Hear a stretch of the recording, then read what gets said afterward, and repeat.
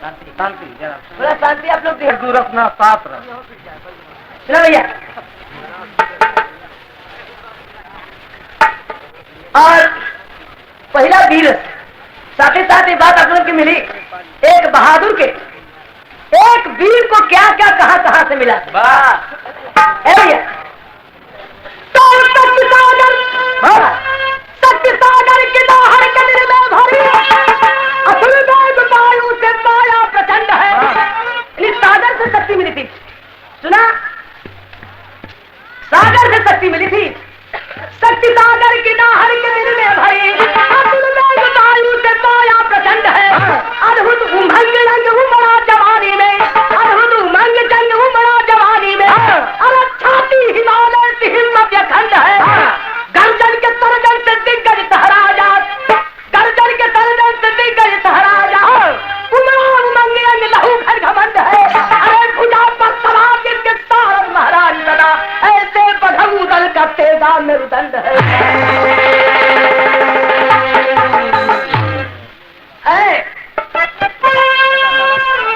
भैया जब उदल का जवानी चमकल, खूब लहलाई। हाँ उदल का जवानी चमकल तो पृथ्वी के चारों कोने पर घूम डलन। न कोई लड़वैया मिला, न लड़ने से पेट भरल। अब मजा आई। ऐलान कर दिल का ऐलान कर है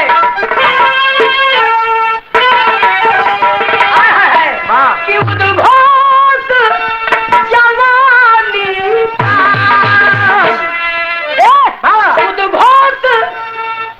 उद्घोष जवानी का क्या? उद्घोष जवानी का बस जंग मचाना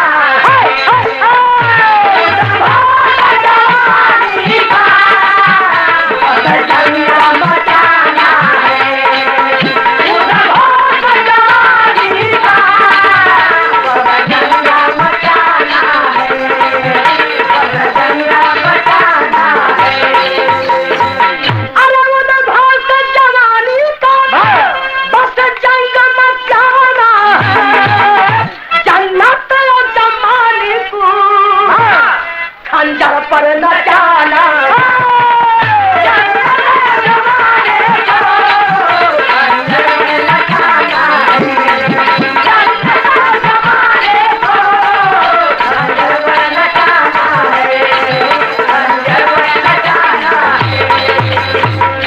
अच्छा भैया 10 पुरस्कार जिसमें कि भैया वाह वाह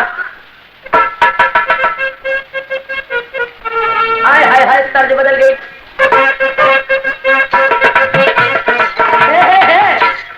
असल में दुखवा उनकी यही बात कर रहे कि हमके मिला लेकिन रामदेव के काहे मिल गए माला। वेद है जब लगी वेद है तो नाच निकलेगी आदमी की। हाँ गावतिया बनाचा देखी थे भैया नहीं बतेबे करा देखा मैंने करी ना एक को बेल ना। हाँ लगी रहा है। बदलना मास्टर जरा। हाँ बदल के उनका शिकायत कौन न करो, खाली जितना वो कहले वो उतना जवाब दे, फिर बेसी नहीं। नाचे कहत लग तब कहली नाचे के नहीं हमें काज देखो कहले कह कुछ नहीं। भैया भगवान प्रेम से बिता दे तो बड़ा अच्छा काज जरूरत है कुछ कहले कर। राम राम करा अपन बढ़ोती के जब टाइम आता पर राम राम करा अपन प्रेम से गावा बजावा का ऐसे कौन फायदा निकले। अरे हाँ महोबा वीरों का जाहिर जग में घर आना है, जहाँ कर में भाला जलना चाहता रहना है। हाय हाय हाय धल दौला माई की गोदी एक दीवाना है। अरे इसे वीरन के जन्म देवाली मतारी की गोदी की कभी उपमा दिलन कि धल दौला माई की गोदी एक दीवाना है। अरे क्षीर सागरिया पार शक्ति देने वाला है, गोद में जिसके बघऊ दल प्रमोद पाया है।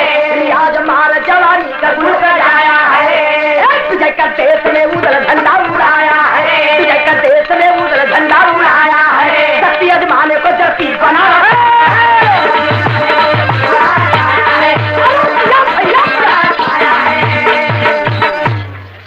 भैया उदल के जवानी चमकल तो पृथ्वी के चारों कोने में जब कोई जोड़ा ना मिलल ना आए गिला घूमत बनारस ऐलान कर दिल कि पृथ्वी के चारों कोने पर न कोई लड़वैया मिलल न लड़ने से पेट भरत। ये बात भैया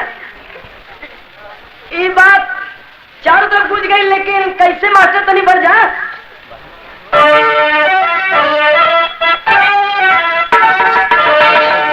घूमे उड़ल बघेला काशी नगर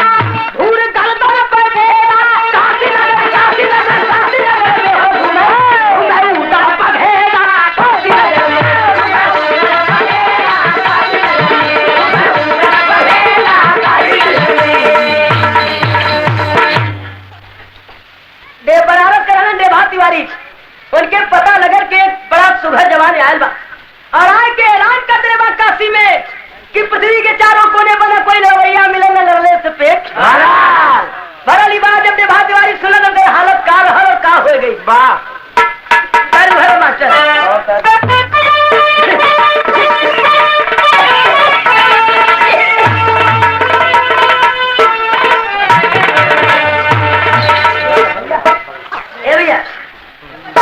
माइक मास्टर हुए, ढोलक मास्टर, हारमोनिया मास्टर, करताल मास्टर, झाज मास्टर, स्कूल मास्टर, भैया गेस्ट मास्टर, बड़े बड़े मास्टर हो, बल्लू मास्टर, बा मास्टर,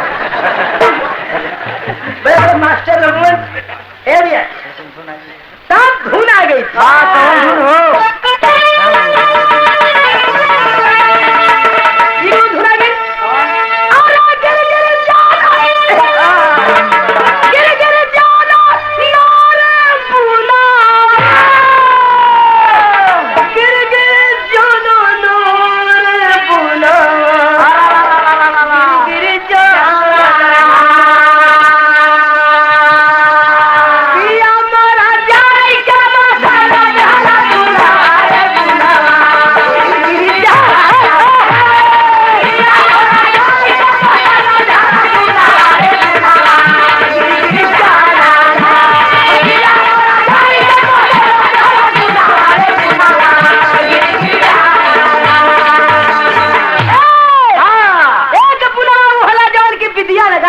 पसीना होला जब बुन जब चुई जाला एक बुनवा वो होला काजर आंख में लगल बा जब दिल में दुख होला उ दुख के आंसू बन के आंखी के रास्ते गिरल वो आंसू में काज बुन काजर धोआए के चुई जाए एक बुनवा वो होला दिया बड़ी बात आ गई कौन बात कि केतन सताई सतत नहीं बुनवा अरे कवन भयल आवा बुनवा होला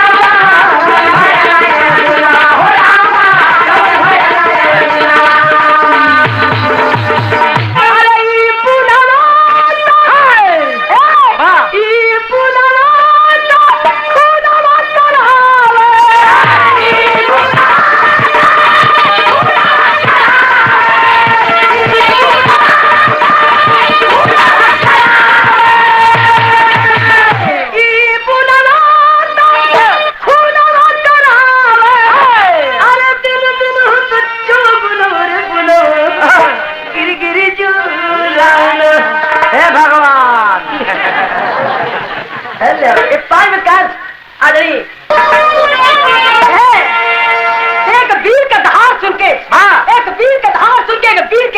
हृदय पर वज्र गिर पड़ल, पहाड़ गिर पड़ल। देभा तिवारी सुन भैया, देभा तिवारी काशी में और जब सुनल है ये बात उदल के अरे टूटी टूटी जाला नारे पहाड़वा टूटी टूटी जाला अरे सुन के बिरवा कइले दहाड़वा पहाड़वा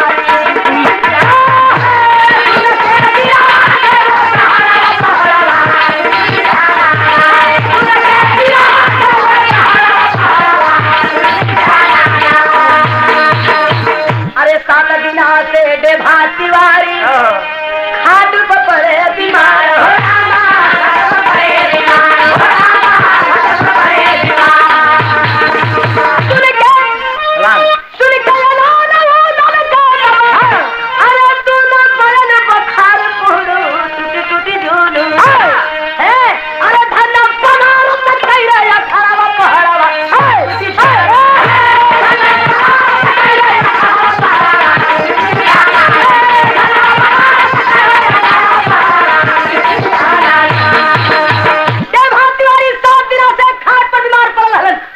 लेकिन अब सुनल है कि कोई चले जबरदस्त काशी नगरी में आकर कहन कि भैया जा कहना उनसे कि सवेरे कुश्ती हुई कहने गए आप बीमार हुआ साहब इधर जूस पानी नहीं ले हुआ करे कोनो चिंता मत कर कहना सवेरे तैयार है कुश्ती हुई।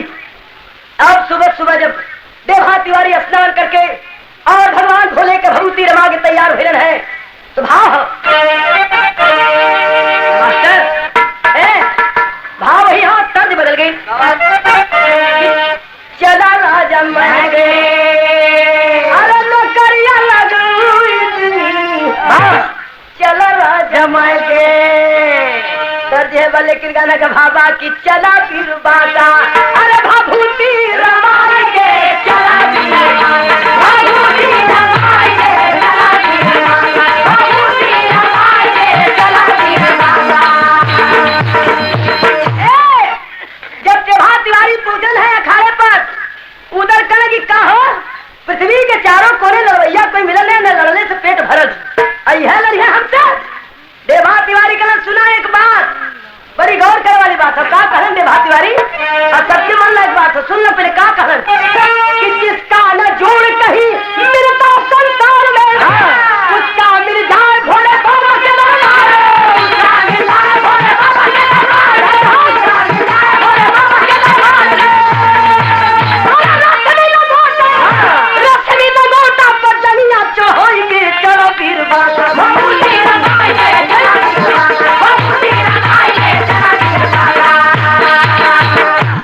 रेशमी नगोटा पर जंघिया चढ़ा के जब उतरन है देवा तिवारी कहने के भैया विश्व में जौने भी कला के कहीं जोड़ न मिले ओकर जोड़ काशी में मिली उधर कहे ऐसे न मानब कहे तबे पंजा लड़के देखला हम 7 दिन के बीमारिया है लेकिन आज आपके ये बात साबित कर दे कि काशी नगरी में जोड़ा मिल के रही जो पृथ्वी में तुम्हें कहीं जोड़ा ना मिल हो ओकर जोड़ा आज मिल के रही चल गए खाना बजब देवा तिवारी अब भोले बाबा का स्मरण करके बजरंगी का नाम लेकर के जब उतरन है तो भाव हाथ करिए मास्टर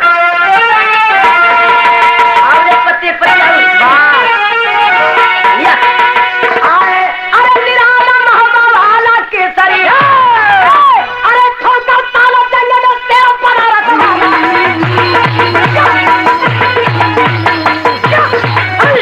ठोकर ताला जंगल तेरा पनारा सवाला निराला महाबाला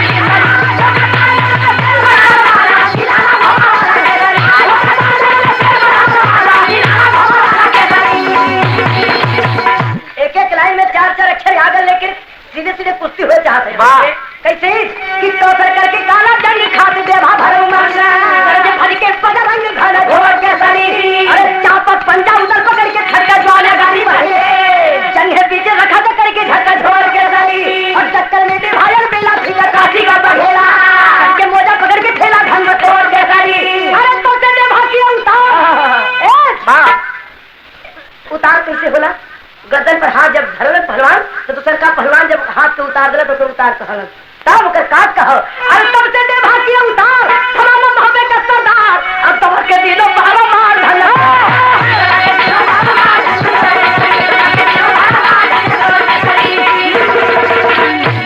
अब काट पर काट जब चला लगा मार फटाफट चला लगा ए भैया देखवैया कह कि आय हाय आय हाय अरे ऐसा से जोड़ा देखबे न कइली अरे दुनो बाका जवनवाना जोड़ा देखल नहीं ऐसा ना जहाना दुनो बाका जवनवाना जोड़ा देखल नहीं ऐसा जहाना दुनो बाका जवनवाना जोड़ा देखल नहीं ऐसा जहाना दोनों बाका जवनवाना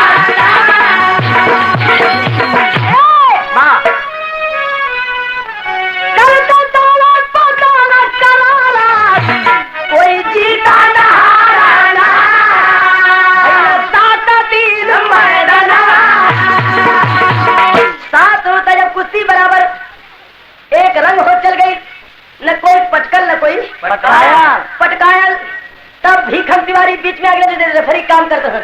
जो मेरे आदमी जंगीराम यादव कभी कभी दंगल में आप रेफरी काम में उतर गए, ऐसे न्यायपूर्ण आदमी हलन भीखम तिवारी करें कि भैया बस अब रहेगा।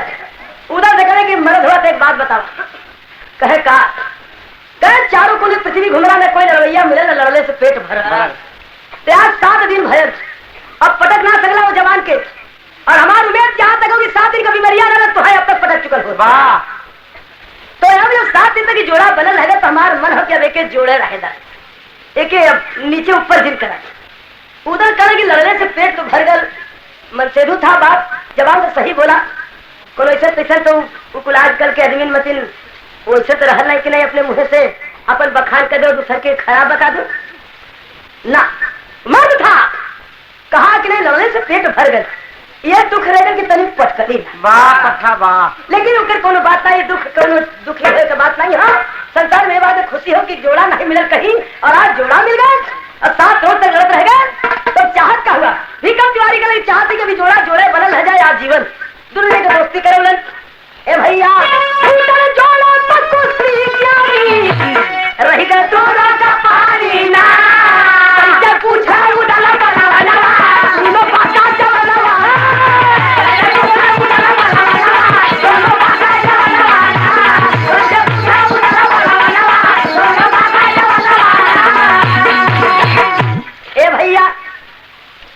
जबकि देवा तिवारी के और उधर के भीखम तिवारी ले अपने घरे दाना पानी जब करने के बाद शांति भइले के बाद दोनों जवान एक लगे बैठलन है, और उधर पूछने कि भैया एक बात बतावा, तुम्हार घरवा बनरसा भी कहीं आउट।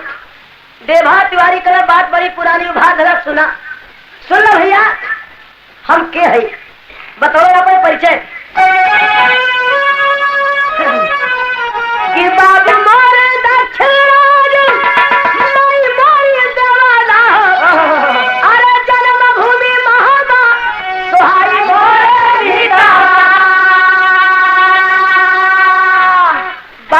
दक्षराज मतारी का नाम देवला, जन्मभूमि हमारा महोबा, बनारस कर्म भूमि हो और जन्मभूमि महोबा।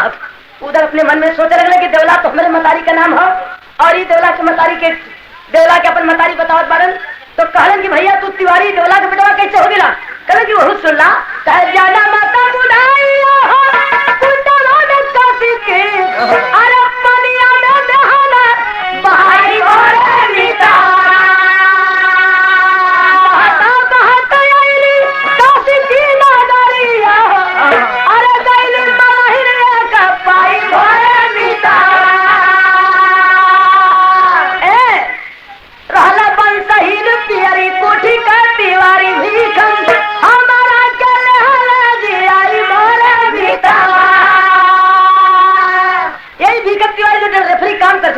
इनके कोई औलाद नहीं रहे तो हम क्या अपन औलाद बना के पल्लन हमारा नाम रख रहे देवा तिवारी अपने वंश में मिला ले, तब से हम तिवारी हो गई।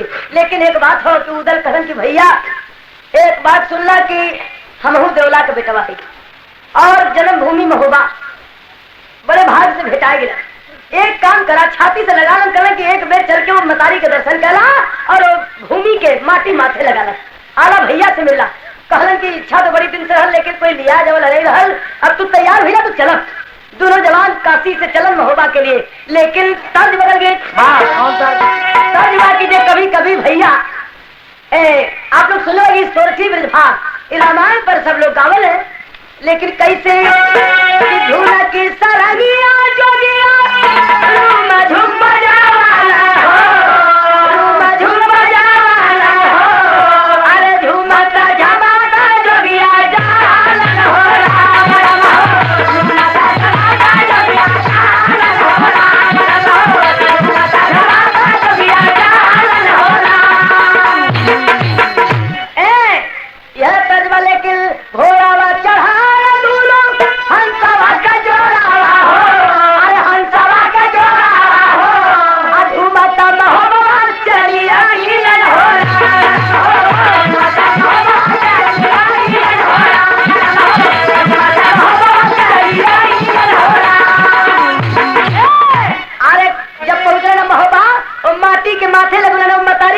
किलन आल्हा के पास पहुंचे। देभा तिवारी के परिचय जब उधर बतौलन है कि भैया ये भाई हुआ काशी नगरी में इतना दिन से रहलन है, लेकिन आज आपके मिले के लिए आज हो तत्कारी क्या याद आ रहा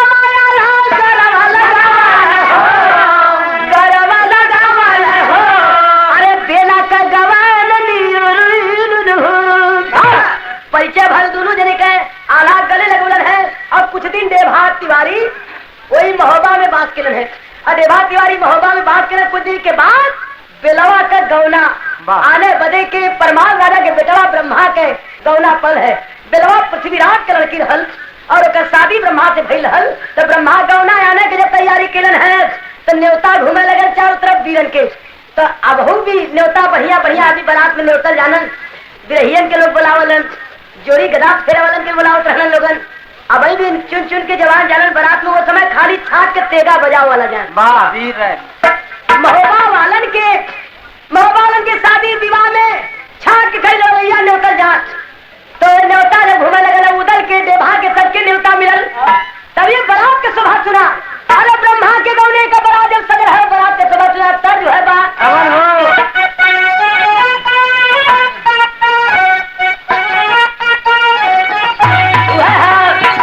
जौन की हमारे बुल्लू भी आकर में सुनौले मलाह वाले गीत वह तर्ज है। लेकिन कैसे जब मला लो नैया का पूजा करन तो ये पुआ छान तो गावन का कि तो के चढ़ाई मैया नरियल चुनारिया हो की गंगा जी बोझल नैया परम दुगुई हो की गंगा जी।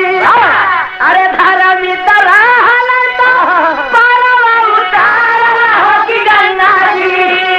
पपिया बुढ़े से धारा हो की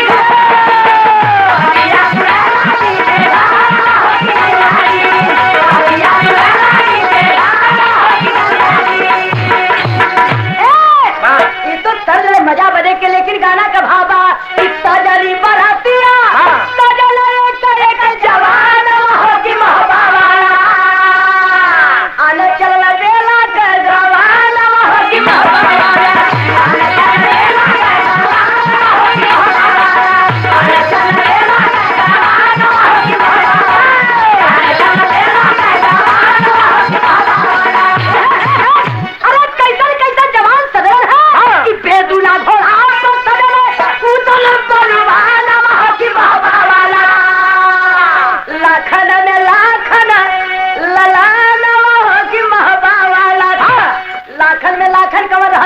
रति भान का बेटवा 12 मतारी के एक लड़का है 16 दुल्ही के एक दुल्हा। ए भैया एरिया कवियों के लिखलन की लाखन में लाखन एक हलू 12 मतारी के एक बेटवा 16 दुल्ही के एक सिंगार तो लाखन में लाखन लला की महबा वाला। अरे भाभूति रमाए देभा भास्मी मकान की महबा वाला। भेड़ा पर लागल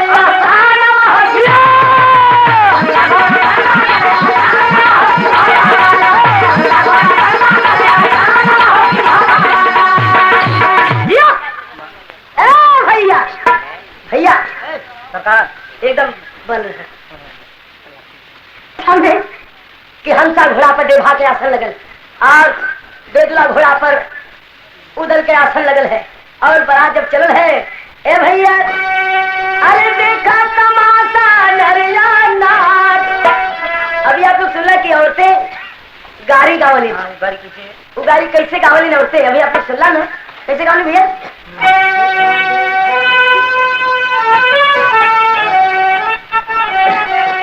बिरहा में गाड़ी वो बिरहा में वो धुन रहल ना लेकिन बतावल गई आप लोगों के मौज बदे के का बतावल गई है कि देखा देखा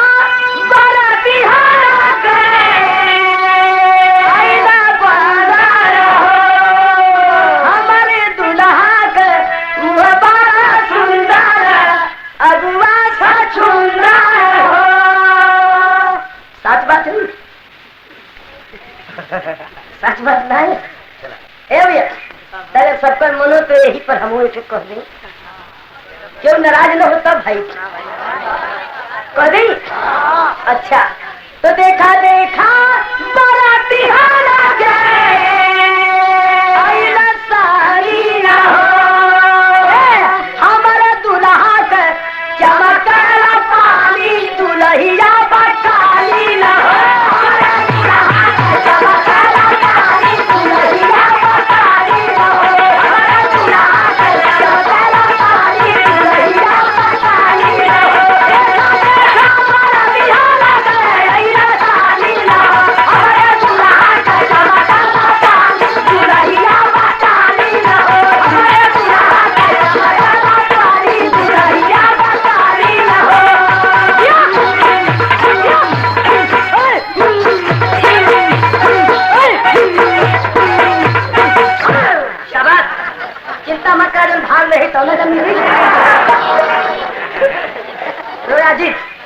तो कौन मत करे एकदम। अब भाई तो बात आगे सामने है कि लेकिन यही के तरह चली बात जब बनारस के तो बदल गई। कैसे बदले? क्या बदल गई? कि मोरा पीछे वाला लोहार भैया लोहे का मोर झूलियो। तनिके बताओ तो देर नहीं। अरे देखा तमाशा दरिया नार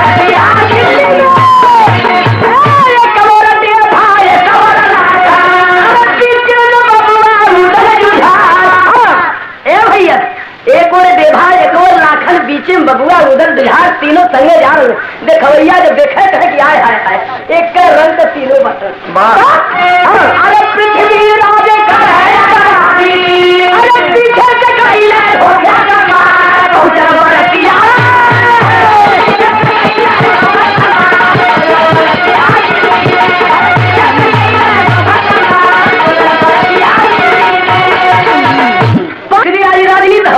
पृथ्वीराज खबर भेजवा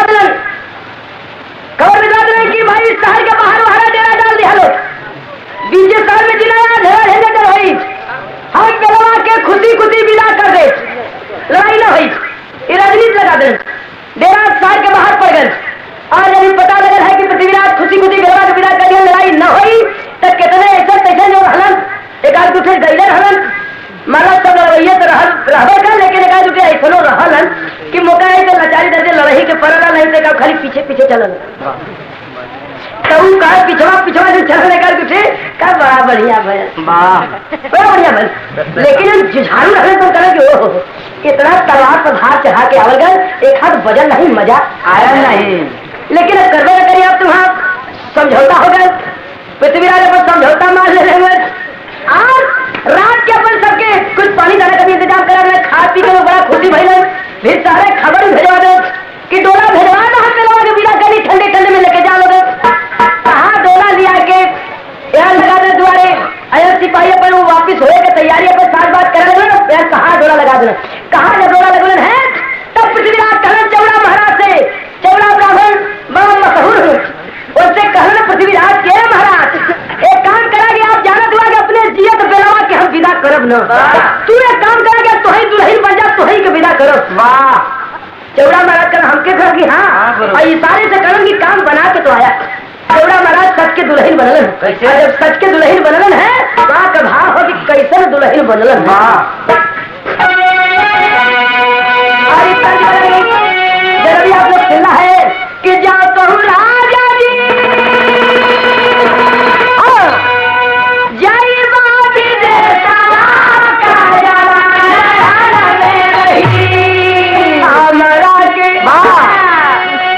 हमारा के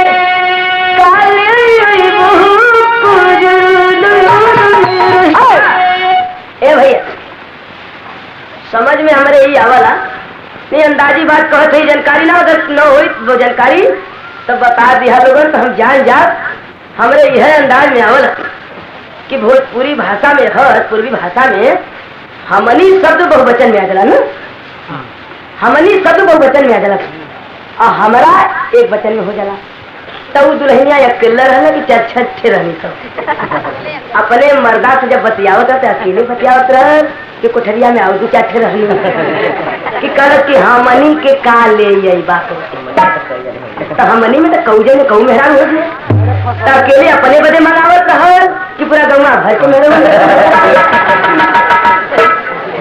अच्छा रहल भाई कुछ ज्यादा उसे के हाँ उसे कोनो मतलब ना बाकी बनल है दुल्हन तब पता के बड़ा कोने रह बहुत आराम पता के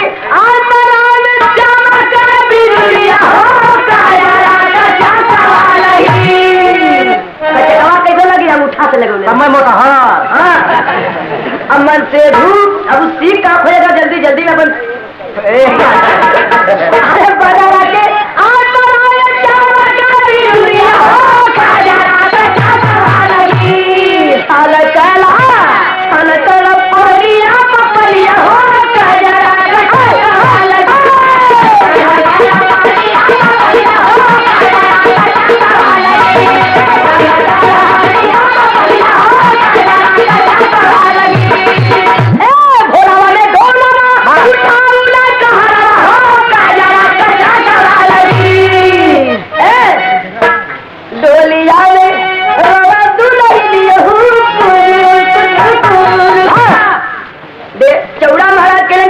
तो धीरे धीरे रोवत शुरू किया ताकि कोई के शंका न हो। अरे रोवत चार छह कोस चल गई सिवानो डाक गई है सिवान ढाक गई लोग समझावे कि अब मान जाए बड़ा लामे आ गई लेकिन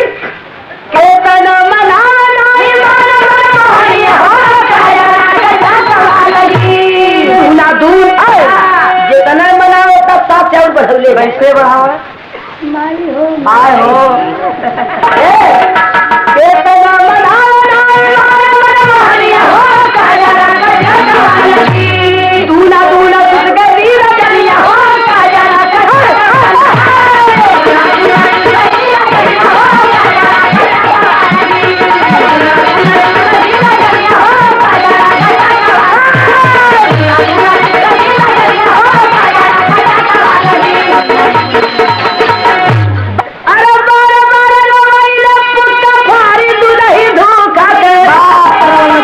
अरे दुल्हा के मन में भाई शंकर भारी दुल्ही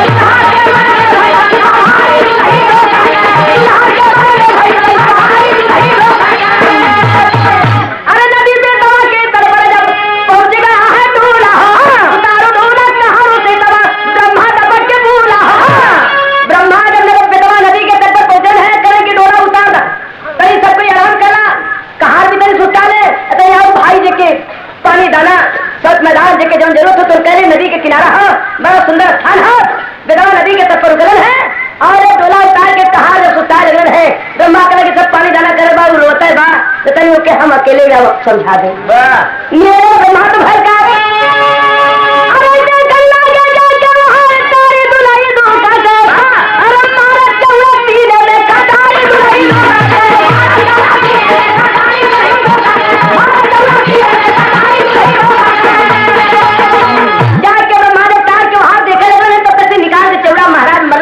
झौड़ी आ गई आवाज रहे कि दौड़ा संगे लगन बाप धोखा हो गया लेकिन बीचे में ब्रह्मा गिर गई हाहाकार की ब्रह्मा गिर गई पकड़ो पकड़ो की आवाज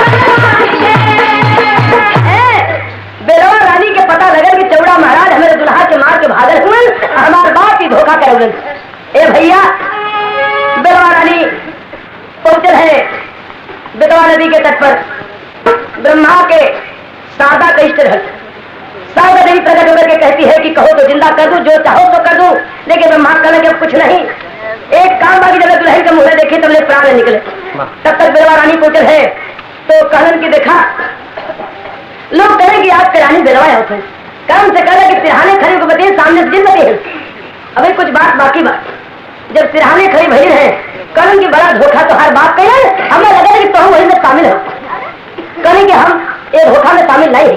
अपने पत्नी पे विश्वास कर, पत्नी होकर के आपके जब सिंदूर धारण करी तो आपके साथ धोखा कैसे करे? लेकिन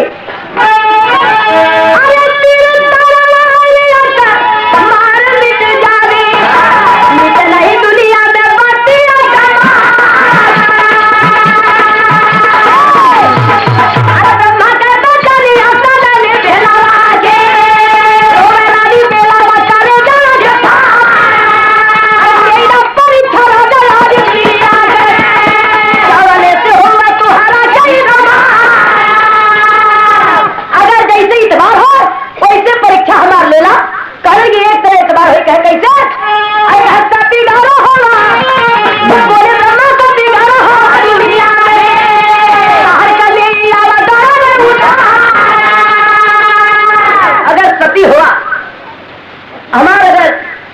सिंधु धारण करे वो हमें विश्वास रख ले तो तुम्हारा विश्वास उनकी तब्बर हुई कि अपने भाई ताहर गर्दन काट के लिया कि मैं दिखा दा।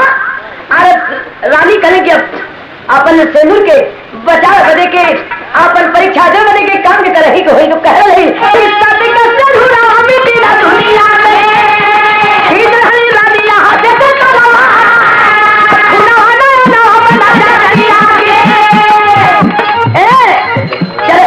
सजाना के घोड़ा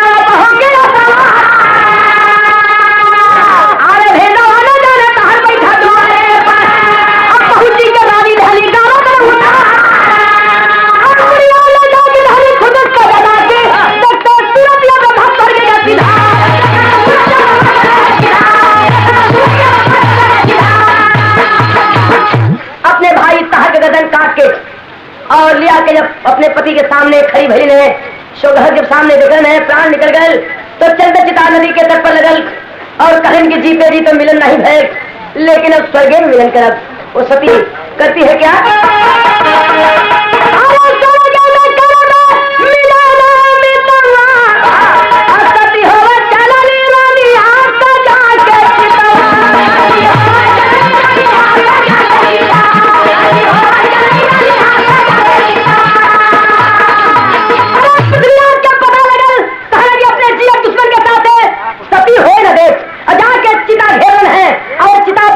विकट लड़ाई हुई है क्या भैया? वहां के आखिरी लड़ाई हुई, आलाखंड के आखिरी लड़ाई है, लेकिन वहां भय का पृथ्वी दबा कर पड़ा है और में डूब गई जीवनिया सजा के बारामतारी कर पृथ्वीराज जब पहुंचल है मेरा के तट पर तो हर सभी जवानन का देगा खिंचकर दोनों तरफ से टकराव जब भर है तो बारामतारी कर बेटवा